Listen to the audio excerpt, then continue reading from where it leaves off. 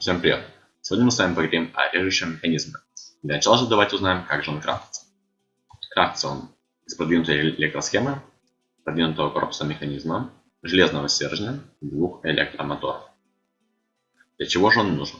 Он нужен для того, чтобы делать, к примеру, из железных блоков, ну или из любых блоков делать пластины. Да, многие думают, что это можно сделать при помощи молота, но молот требует, к примеру, для того, чтобы сделать один молот, требуется 5 слитков железа. Как по мне, так лучше использовать режущий механизм, так как он потребляет энергию, и это более выгодно. Когда мы заходим, мы видим вот такой вот знак. Это значит, что у вас не вставлен диск. Есть всего 3 вида диска: железный, из закаленного железа и алмазный. Но, естественно, самые лучшие это алмазный. То есть алмазный может порезать все, что идет до алмаза. Закаленное железо все, что до закаленного железа.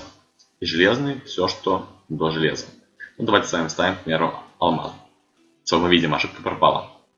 Ну и теперь давайте посмотрим, как происходит этот процесс. Ставим один железный блок.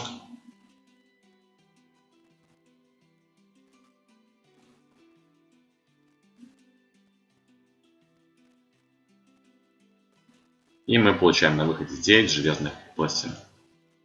Спасибо вам за просмотр. Ждите следующих гайдов. Ставьте лайки, подписывайтесь на канал. Всем удачи, всем пока.